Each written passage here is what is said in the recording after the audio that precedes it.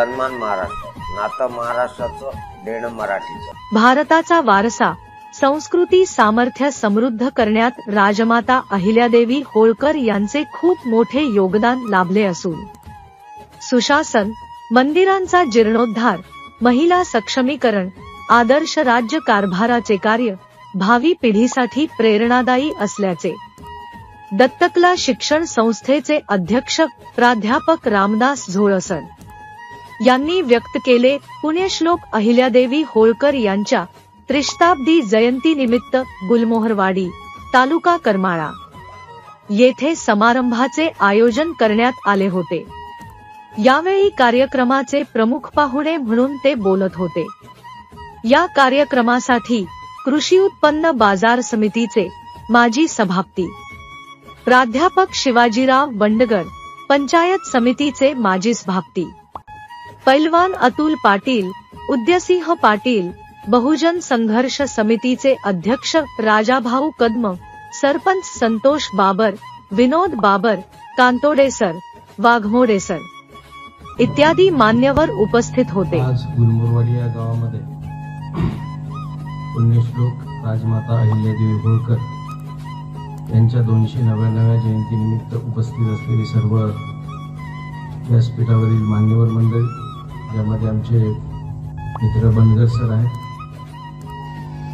राजाभाऊ कदम आहे, अतुलजी Patil, Uday Singh More Patil, कांतोडे sir, Waghmode sir,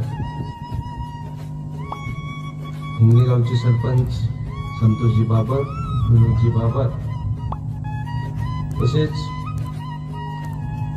आमचे सहकारी रामभाऊ येडे, या गावचे सरपंच बागडेजी, या गावचे सर्व ग्रामपंचायत सदस्य, अप्पासाहेब जाधव, तसेच उपस्थित असलेले सर्व बंधू आणि भगिनींनो,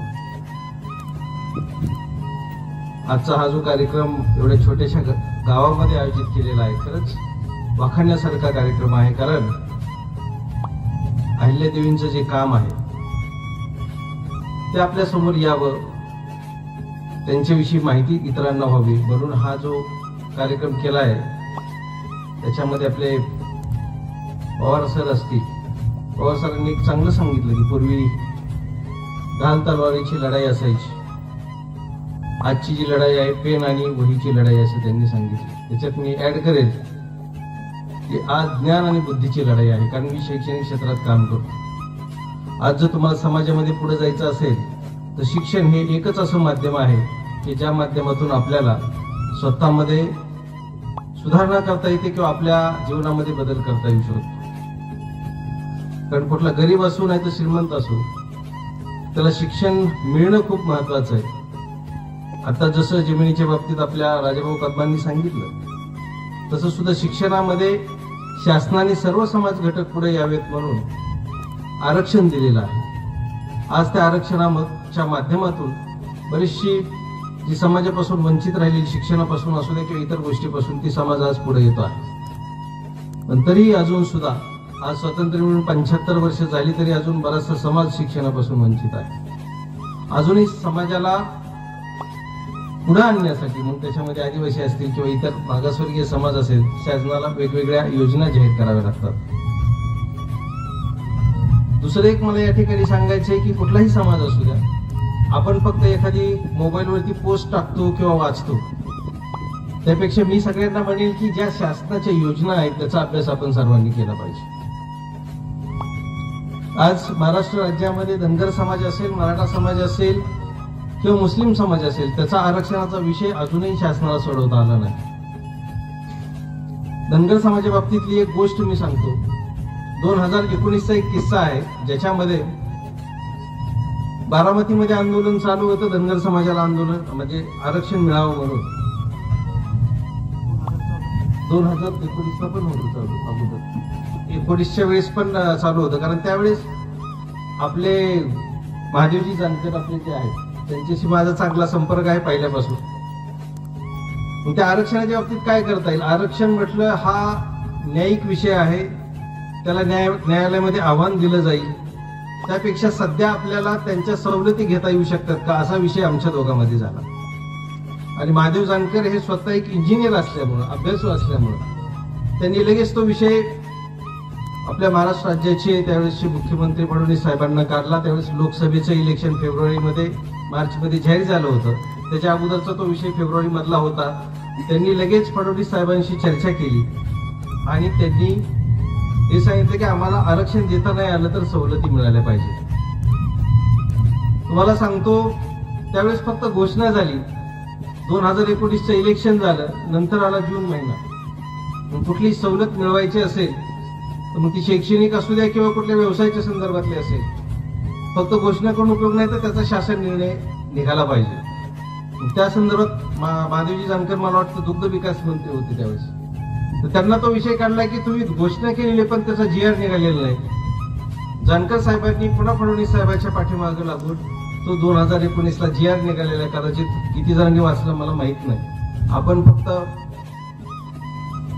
माहिती घेतो, पण त्याच्यामध्ये सगळ्यात वाचन खूप महत्वाचं. ते GR मध्ये 2019 मला वाटतं जुलै ऑगस्टचा असेल GR, त्याच्यामध्ये जवळजवळ 10 ते 12 योजना ज्या आदिवासी समाजाला आहेत, त्या धनगर समाजाला त्या 2019च्या GRच्या माध्यमातून देण्यात आल्या. अजून मी पाहतोय की एवढी तरुण पिढी मोबाईलमध्ये व्यस्त असते, पण त्या योजनेचा किती जणांनी अभ्यास केला?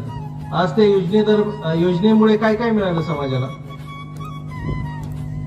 आज कुठल्याही व्यावसायिक अभ्यासक्रमाला प्रवेश घेत असताना आपल्याला जी फी असते त्याच्यामध्ये जवळजवळ 90% फी माफी आपल्याला शासनाने दिली. म्हणजे फक्त 10% फी भरून आपल्याला प्रवेश घ्यावा लागतो. इंजिनिअरिंग असेल, फार्मसी असेल, मेडिकल असेल, या सर्व अभ्यासक्रमाला आपल्याला फक्त 10% फी भरावी लागते.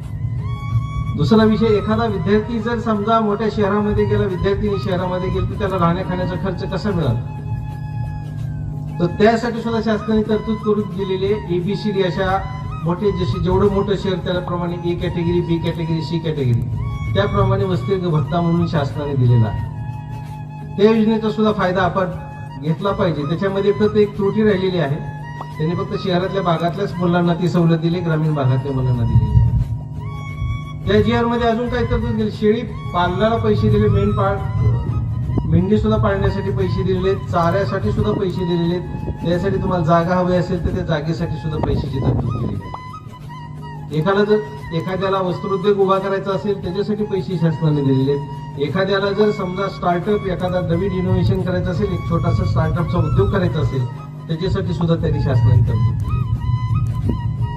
मग आपण या सर्व योजनांचा जर लाभ घेतला तर निश्चितच जो समाज मागे राहतोय त्याला इतरांबरोबर आणण्याचा प्रयत्न शासनाचा असतो, पण आपण त्याचा अभ्यास केला पाहिजे.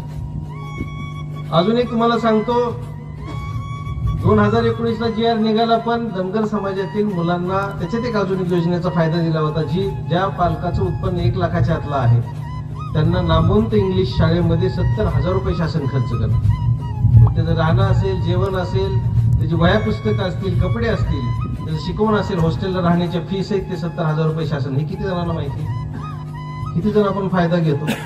तर जुन्या काळामध्ये जी गरज होती त्या पद्धतीनं, जसे ढाल तलवारीची लढाई होती त्या प्रमाणात नवीन काळामध्ये काय गरज आहे तर शिक्षण खूप महत्वाचं आहे, रोजगार खूप महत्वाचा आहे. मग त्यासाठी आधी पहिलं शिक्षण आपलं चांगलं झालं पाहिजे. शिक्षणाला ज्या सवलती लागतात, आर्थिक विषय हा सगळ्यात महत्वाचा असतो, कारण आता शिक्षण एवढं सोपं झालं नाही. मी पण एक शैक्षणिक संस्था चालवतो, मला 1 रुपयाची शासनाची ग्रँट नसते, 1 रुपयाची. ही संस्था मी स्वतःची प्रॉपर्टी गहाण ठेवून बँकेचे कर्ज काढून ती संस्था उभा केलेली आहे. त्याला कुठल्याही रुपयाची ग्रँट नाही. जी विद्यार्थ्याची फी येते, तुम्ही माझ्याकडे फी कधी भराल? ज्यावेळेस तुम्हाला तिथं गुणवत्ता मिळेल त्यावेळेसच तुम्ही तिथं फी भरा. त्या पद्धतीनं कुठल्याही शासनाचं अनुदान नसताना गुणवत्तेवरती आम्ही ती संस्था चालवतो. आणि माझ्याकडे जे शिक्षण घेणार आहे तो ग्रामीण भागातला बराचसा विद्यार्थी आहे. आज जरांगे पाटील जे आंदोलन करत होते त्याच्यामध्ये माझा मी वेगळा मुद्दा मांडून मी शासनाकडे जवळजवळ मागच्या 6-7 वर्षापासून जसं सवलतीचा हा विषय